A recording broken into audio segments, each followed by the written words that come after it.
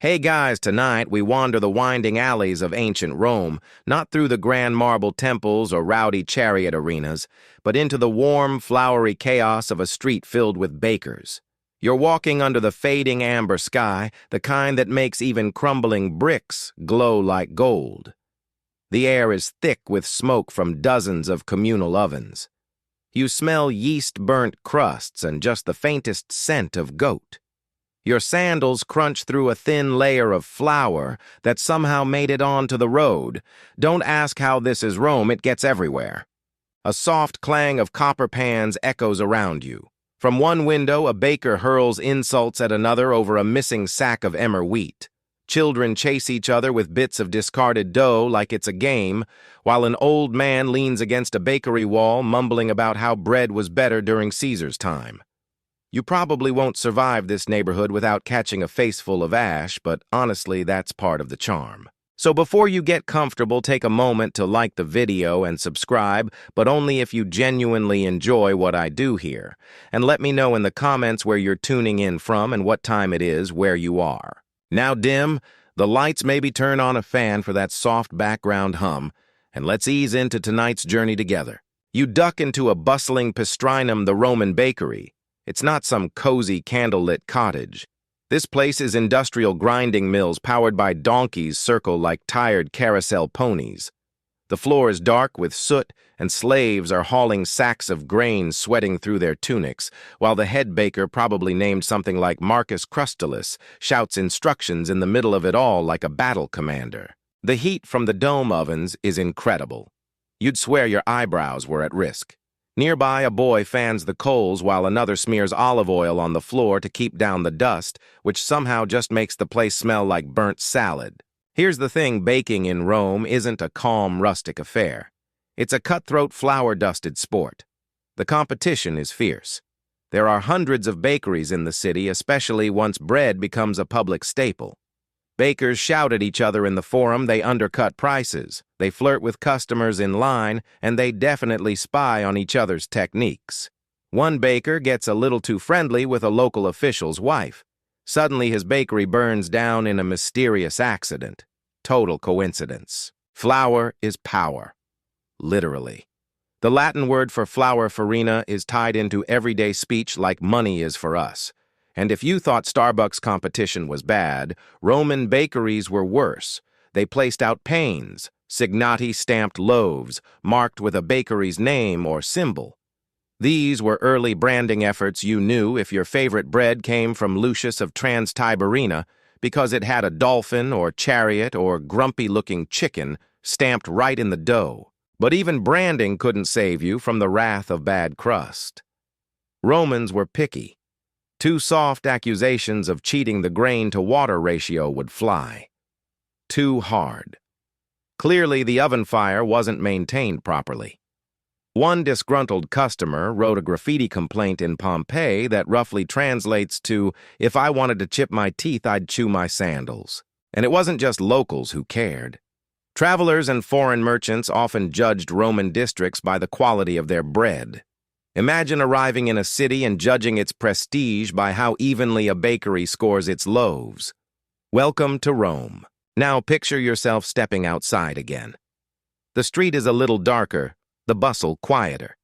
You pass another pastrinum, this one glowing orange, through its arched window. A teenage apprentice is balancing a tray of loaves like it's a sacred offering. One loaf slips. He catches it, barely. Someone claps. He bows dramatically like it's the theater. And here's a lesser-known tidbit. Romans sometimes colored their bread. Saffron was used for fancy golden loaves.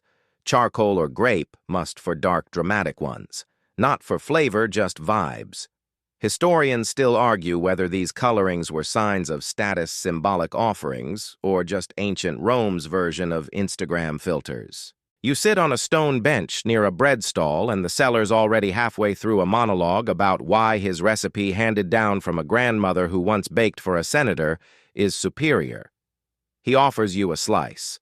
It's slightly burnt, still warm, still better than whatever came from that shady place next door. As night sets in, the bread war's quiet, but only until dawn. Tomorrow the ovens light early, the mills grind again, and Rome's bakers, flour-covered, sleep-deprived, and eternally dramatic, will once again compete for the title of best crumb. You wake well, you're not really asleep. But let's say your mind drifts as the first clatter of hooves and wheel rims rolls over the Roman cobblestones. It's early, way too early for comfort, but the bakers have already been up for hours. You follow the sound toward the forum where something curious is happening, a line is forming long and restless, and no, it's not for tickets to the gladiator show, it's for free bread. Welcome to the grain dole, or as the Romans called it, the annona. If you were a Roman citizen, well, a male citizen with the right paperwork, you could sign up to get a monthly allowance of grain from the state. It was like ancient Rome's version of a loyalty program, except the only points were carbs. You edge your way through the crowd, careful not to bump a toga out of place and catch a whispering pair of old women gossiping about who's been cut from the grain list and why. I heard Marcus lost his slot because he insulted the aedile's pet monkey, one says. Shouldn't have brought up the fleas, the other replies. Now, the grain itself wasn't always bread yet. It was raw, and you had to either grind it at home, the arm workout, or take it to a local mill and bakery, usually for a fee. Some wealthier folks had private bakers. Some senators reportedly didn't even know how to boil water. Must be nice. But this wasn't just food, it was politics. The dole wasn't charity, it was strategy. Emperors and politicians used it to gain favor, boost approval ratings, and prevent riots. A well-fed crowd is a quiet crowd.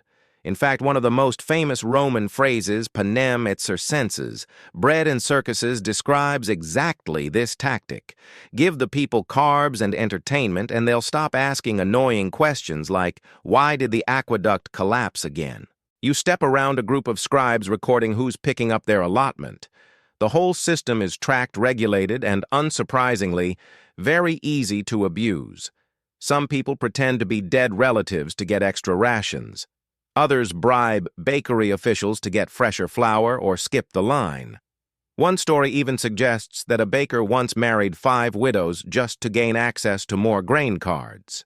Historians still argue whether that was true love or a carbohydrate addiction. And if you think bakers didn't feel the pressure of all this, imagine running a business where your product could spark a riot if the crust's off by an inch. Literally. In 190 BCE, there was unrest in Rome over grain shortages, and a few bakeries got looted.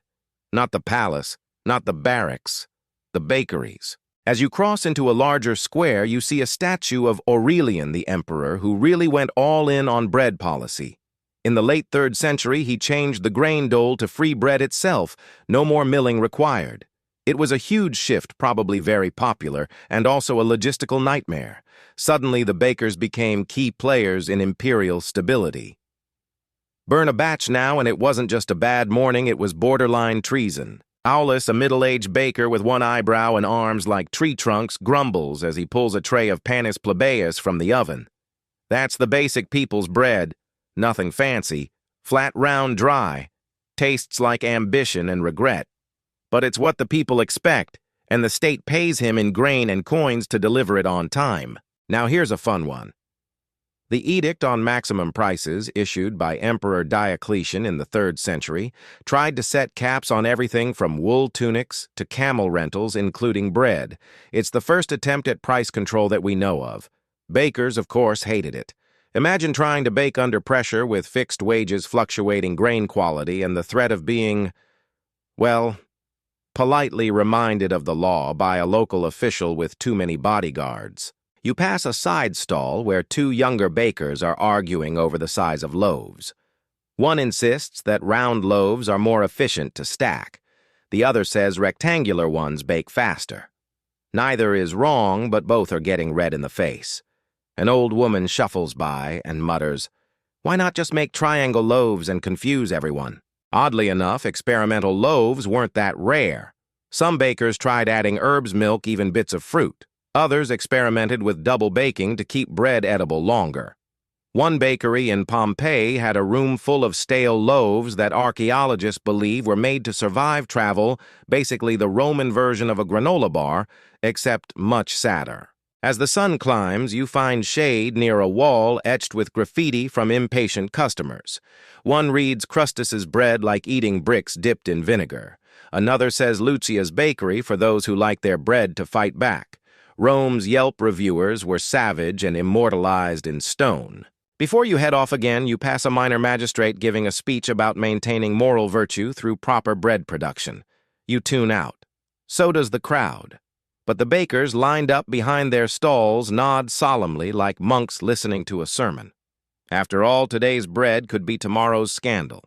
You wander off from the square, ducking beneath an archway where the sunlight sharpens like a blade. Ahead you hear the rhythmic thump of kneading and the wet slap of dough on marble. Welcome to the inner sanctum of Rome's baking world, a place where flour isn't just ground wheat, but a secret weapon.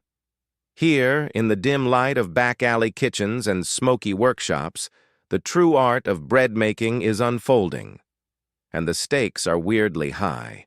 You step into the cool gloom of a baker's guild hall, where men in flour-caked tunics gather around a low table, each clutching a stub of bread like it's a wine goblet.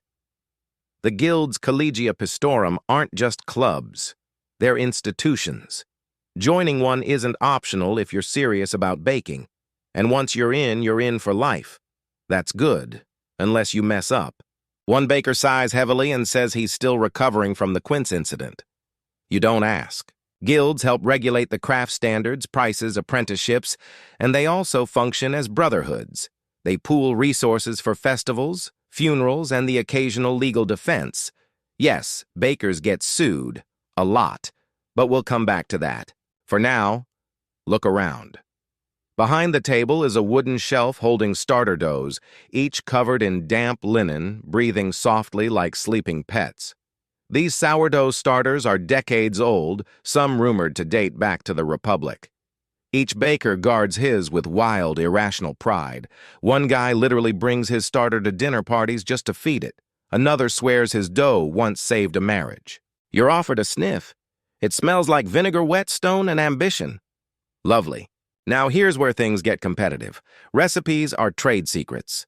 Don't expect your mentor to tell you how he gets that perfect crust. Apprentices have to guess watching oven temperatures, experimenting with different ash mixtures, and even tasting the steam to decode ratios. Some get it right, others get kicked out.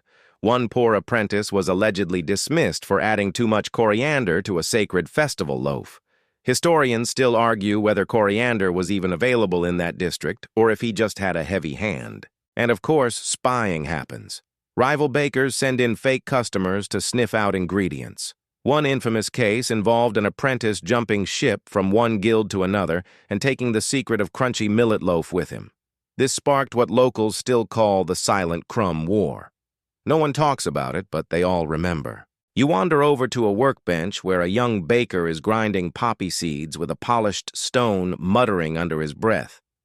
Poppy seed bread is for special occasions, and the seeds have to be crushed just so not too fine, not too coarse. It's a bit like trying to tune a harp with a wet sponge. Above him hangs a wooden paddle inscribed with an oath I swear by Jupiter Vesta and this paddle to never sell bread with false weight. Strong words, but Rome took measurement fraud seriously. Too much air in a loaf jail time, too small fines. And if you used moldy grain, may the gods help you. Or at least send you to a less competitive career like goat brushing. Back outside, you notice a young woman pacing nervously beside a bakery stall. That's Livia, one of the few female bakers in Rome. While not common women could run bakeries, especially widows who inherited them. Livia's known for her honey flatbread, and more importantly, for winning a baking contest during Saturnalia 3 years ago. Rumor has it she added imported cinnamon, which is either genius or cheating depending on who you ask. There's a soft clattering as she unpacks her latest batch, delicate loaves shaped like tiny dolphins. A crowd forms. One man bites into a tail and sighs. Tastes like the sea. If the sea were made of almonds. Not every baker uses creativity, though. Some rely on divine protection. You peek into a shadowed corner where small household gods' lairs stand guard. Bakers often prayed to them before the morning fire. Some even offered a pinch of flour or a baked crust in thanks. Superstition, maybe. But when your livelihood depends on yeast, behaving a little help from the gods can't hurt. And remember those guild halls. They weren't just about bread.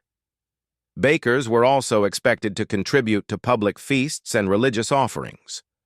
One record mentions a guild being fined for failing to provide enough libum, a type of sacrificial cheesecake, during a festival to Ceres.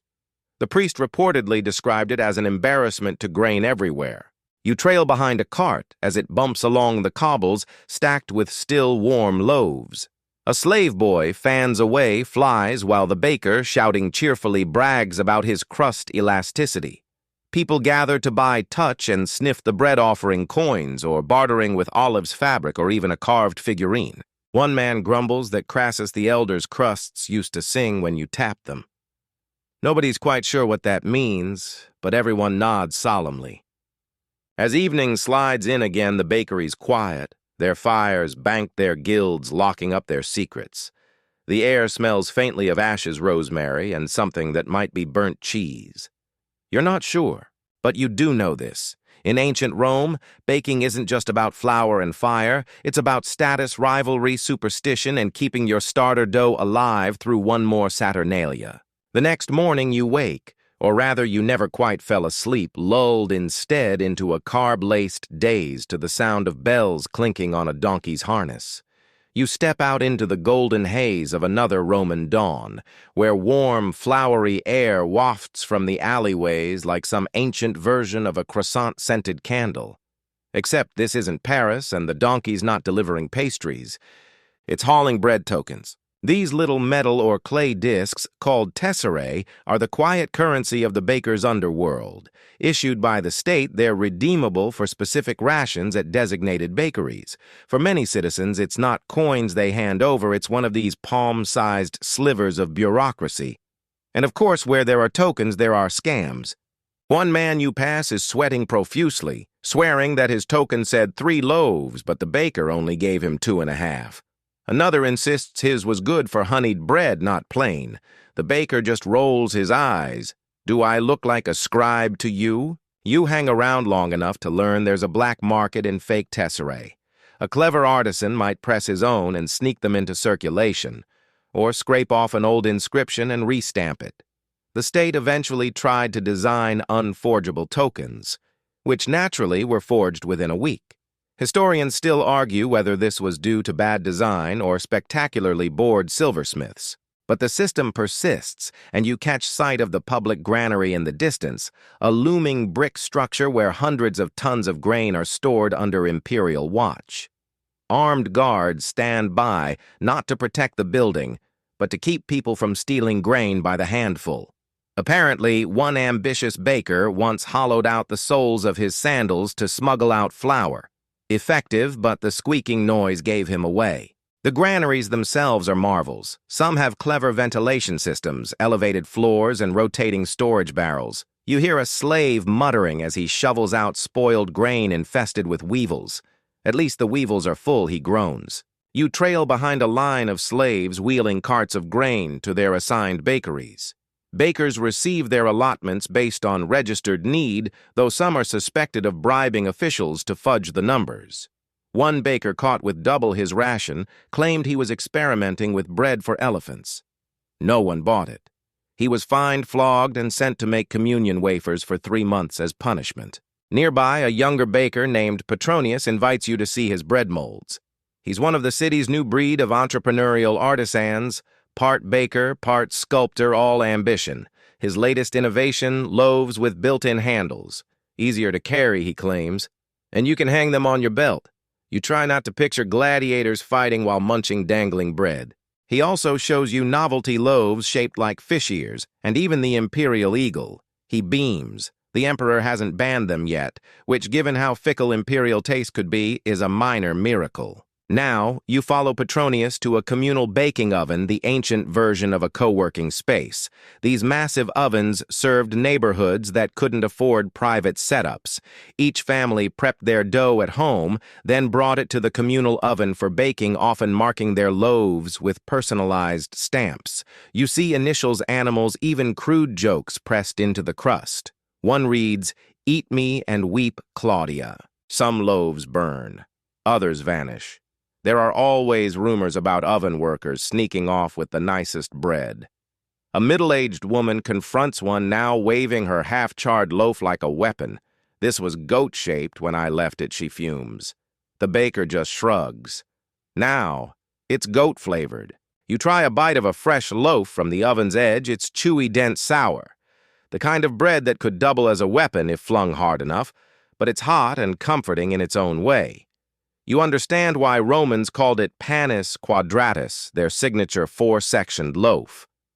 Some scholars believe this shape helped break the loaf evenly. Others think it just made stacking easier for transport. Still others insist it was just aesthetically pleasing. Historians continue to debate, because historians are hungry too. After lunch, second lunch, you trail a city inspector doing random bakery checks. He wears a purple sash and a bored expression, tapping loaves for weight and shouting things like, "This crust has the resilience of a doomed empire." One bakery earns a fine for underweight loaves. Another gets a warning for suspected crust tampering. You wonder what that even means. Then you learn that tampering is real. Some bakers would inject water just before baking to artificially inflate loaf size. Others would mix in sawdust or chalk to stretch ingredients. Authorities cracked down hard. Some cheaters were whipped, others banished. And in one colorful case, a baker was sentenced to eat only his own bread for a month. That apparently was punishment enough. As the sun sinks low again, you drift back through alleyways scented with yeast and ash. In one corner, a child tosses stale bread chunks at pigeons. In another, an elderly man carves a loaf stamp with shaking hands, muttering a prayer to Vesta. This world you've walked through, the tokens, the molds, the communal ovens, is just as much Rome as the marble columns and gold statues. Bread isn't background noise here. It's infrastructure. It's survival. It's soft power, and at times very, very hard power if overbaked. And tomorrow brings another batch. The next day begins long before dawn. You're jostled awake by the muffled thud of grain sacks hitting cobblestones, the hiss of water being ladled into mixing troughs, and the occasional swearing of a baker with flour in his eye. You rub your own and trudge toward the glow of firelight, following your nose through a tangled corridor of sleeping rooftops and half-sung street chants. It's market day, and the bakeries are in full tilt, not just because everyone's buying bread, but because baking contests are underway. Yes, really. The Roman world, never content to just be, has turned even baking into a bloodless but deeply judgmental sport. You're standing now in the Forum Holatorium, the vegetable market turned all-purpose plaza where a makeshift judging table has been set up under an awning of striped cloth. Local magistrates sit behind it, already chewing thoughtfully on crust samples. Their faces betray nothing. One might have bitten into wood chips, another might have achieved a spiritual experience. Hard to tell. You sidle up to a young contestant nervously dusting his tunic. He tells you he's entered a barley honey loaf with fennel seeds. It's rustic, he says, but not peasant rustic. More elite rustic. You nod solemnly, unsure what that means, but he seems to appreciate the support. Contests like these aren't just a hobby, they're social leverage. A baker who wins gains prestige, more customers, and sometimes access to elite clientele. One past winner even claimed his bread earned him a dinner invitation from a senator's cousin's dog walker. Still counts. There are categories, of course. Most balanced crust, best savory fold. Most aesthetically pleasing loaf under a denarius. But the coveted one, the emperor's loaf, a symbolic prize awarded to the loaf deemed worthy of divine consumption. Never mind that the emperor probably won't see it. Prestige matters, and bragging rights are eternal. A hush falls as a middle-aged woman in a sapphire blue tunic presents her entry.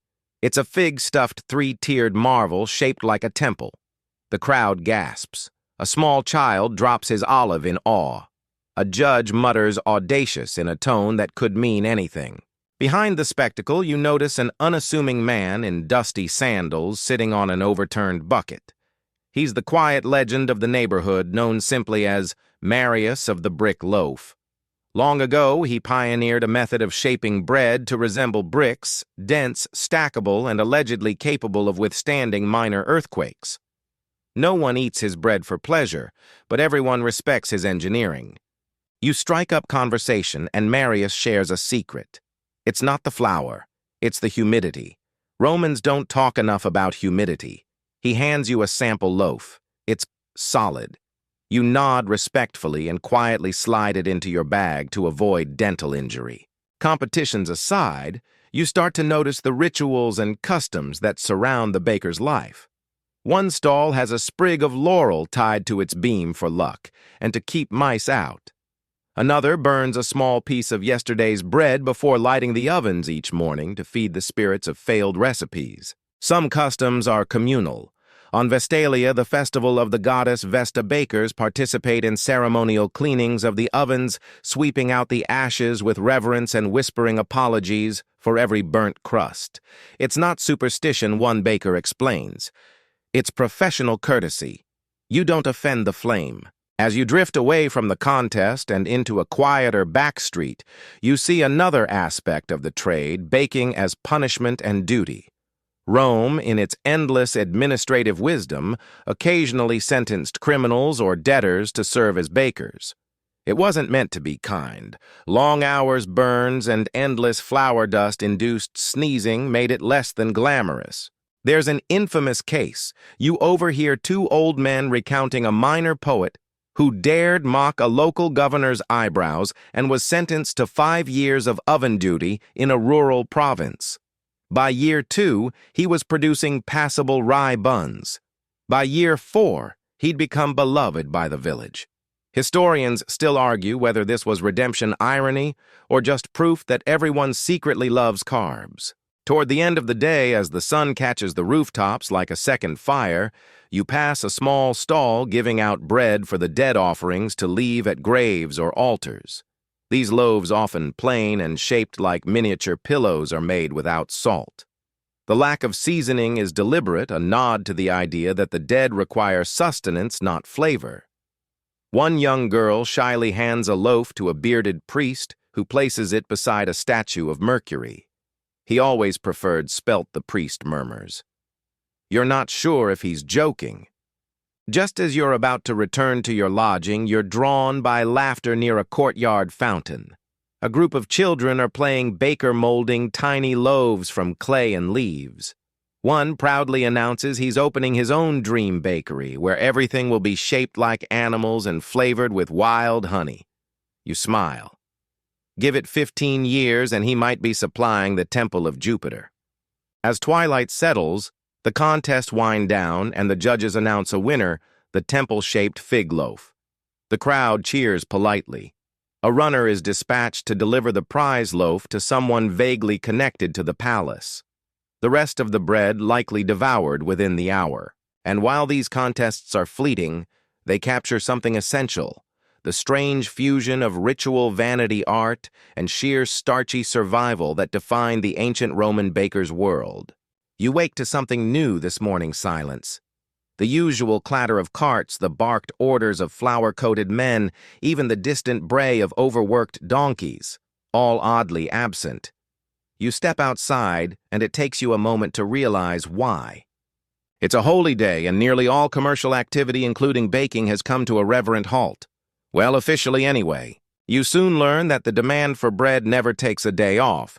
So a few clever bakers, those with private ovens and looser morals, continue their work behind shuttered doors. One discreetly opens a side window and slides a loaf out to a woman in a veil who exchanges it for what appears to be a handful of dates and a small apologetic shrug.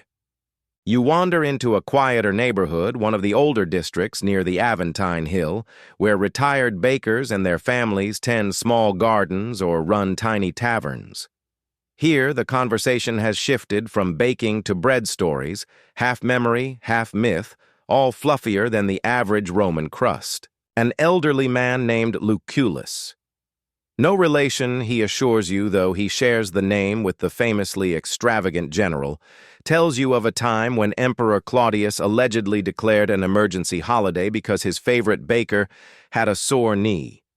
No one believes me, Lucullus says, but I was there. We all got a week off. Bread shortages were declared. It was magnificent. Another local remembers a baker who claimed to have invented self-warming bread, though it turned out to be a storage accident involving fermenting dates in a poorly insulated cellar. It wasn't warm, she says it was agitated. You settle in a shaded courtyard where an older woman named Terentia is teaching her granddaughter to make ceremonial panis faros, a dense spelt loaf used in ancient Roman weddings.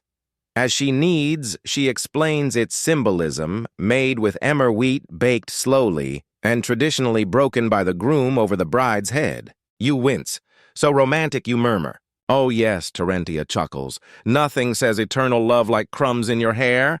Historians still debate the actual purpose of this bread breaking. Was it symbolic submission, a fertility rite, a test of crust density?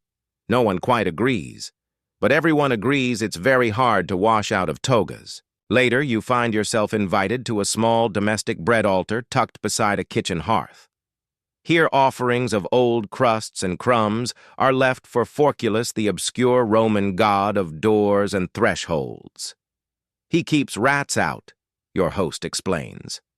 And if not, we blame Mercury. The deeper you drift into these neighborhoods, the more you discover the strange overlaps between baking religion and superstition.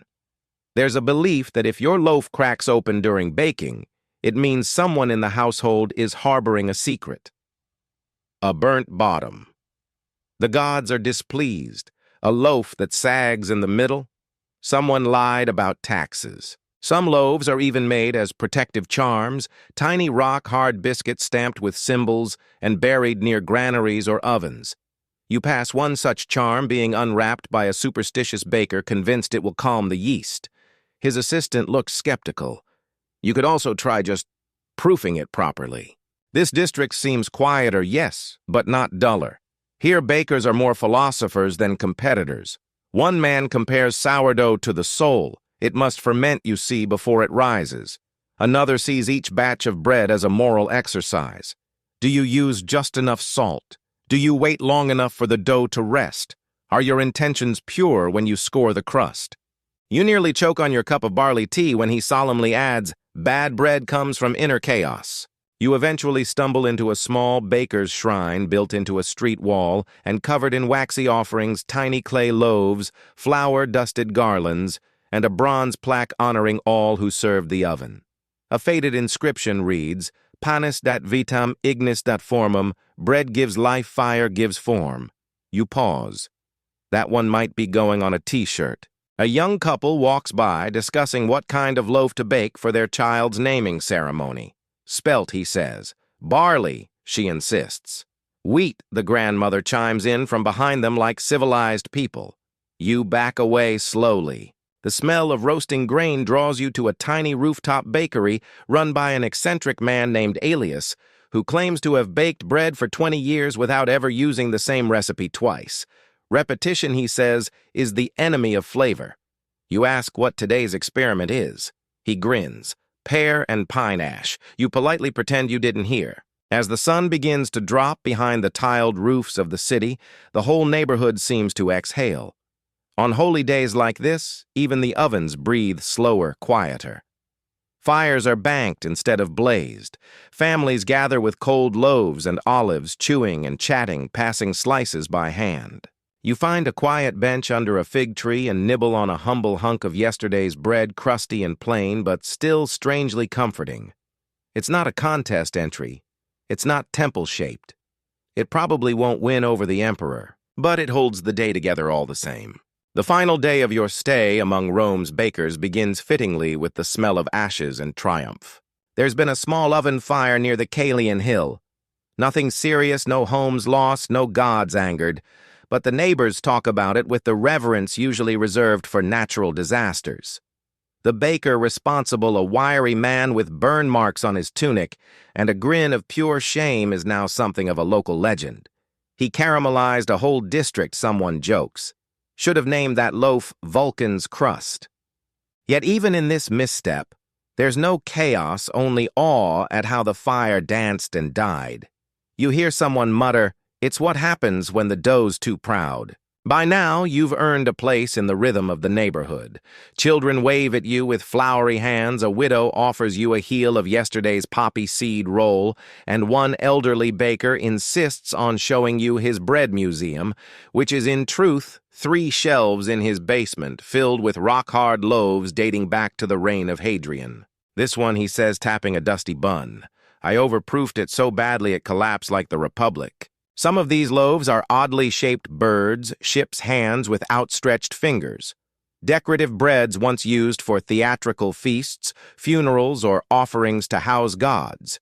Each one comes with a story, and each story gets slightly more unbelievable the more wine your host consumes. Did you know, he whispers conspiratorially, that Julius Caesar was once served a loaf shaped like an elephant to remind him of Africa? He hated it. Allergic to sesame. There's no evidence for that, but it's too delightful not to believe. As you thank him and step back into the sunlight, you notice a scribbled chalk message on a wall near the bakery district's edge. It reads, "Panis est pax, bread is peace." Underneath, someone has added in a shakier hand, "And warm bread is a miracle." That sentiment carries you to the edge of the city, where larger-scale bakers, state contractors, really run massive ovens for the grain dole. These loaves are not delicate, they're standardized dense and slightly sour, but they feed tens of thousands handed out daily to citizens who rely on the Annona Rome's food distribution system. Here you meet a woman named Prima, who oversees an entire division of state bakers, her clipboard notched with tally marks, delivery times, and scrawled complaints like, "Too chewy again, and my neighbor got 2. He lies. Prima's team bakes with mathematical precision. "We're not artisans," she tells you. "We're logisticians with yeast." Her pride is palpable and justified. Without these operations, bread riots weren't just possible, they were inevitable. You remember hearing earlier that in times of political crisis, emperors would double the bread ration just to stay in power. Historians still argue whether bread truly kept the empire together or just delayed its crumble. And yet these institutional loaves connect you in a roundabout way to the most invisible bakers of Rome, enslaved workers and laborers who toiled in obscurity, never branded their loaves, never entered contests, never carved tiny ears into dough. Their bread didn't rise to applause, it just rose. Quietly. Every morning. You spot one such man, barefoot, sunburned, exhausted, pulling loaves from an oven near the harbor. He sees you watching, nods once, and offers a bit of crust. It's coarse, slightly burnt, and somehow the most meaningful bite of bread you've had all week. In that moment, it's all connected: the ceremonial panis phareos at weddings, the temple-shaped fig loaf, the barley ration for soldiers, the sweetened holiday pastries, the hollow rolls used to store dried herbs, even Marius's brick bread monstrosities. A city of bakers, a civilization of flour. As you return to your lodging that night, walking past the nearly silent ovens that will roar again before dawn, you pass one last scene: a child and her grandmother pressing dough into a crude shape on a stone table. It's not beautiful, but it is full of care. She laughs as the flour gets into her nose, and the old woman just smiles, wipes her hands on her apron, and says, "Again." You think of your own hands now dusted in memory, of the gentle chaos of fermentation, of how something as simple as bread becomes in Rome everything at once: status, sustenance, superstition, science, social glue. And somewhere even now a baker is peeking into the oven, wondering if the crust has split just right. So now, as our journey through the smoky alleys and flower-dusted courtyards of ancient Rome fades into quiet, let yourself slow too. Let your breath deepen, your muscles unclench. The fires are banked, the bakers asleep, the streets hushed beneath a blanket of ash and moonlight. The ovens that once glowed like little suns are still now, their stones cooling, their embers soft and red like tired eyes finally shutting. Imagine the crusts crackled golden resting on wooden racks, the smell of wheat lingering in the air, that warm hum of daily life muted now into whispers. A cat stretches on a windowsill. A child murmurs something in her sleep. Even the ghosts of bakers past those flower-streaked souls who fed a city and shaped an empire seem at rest.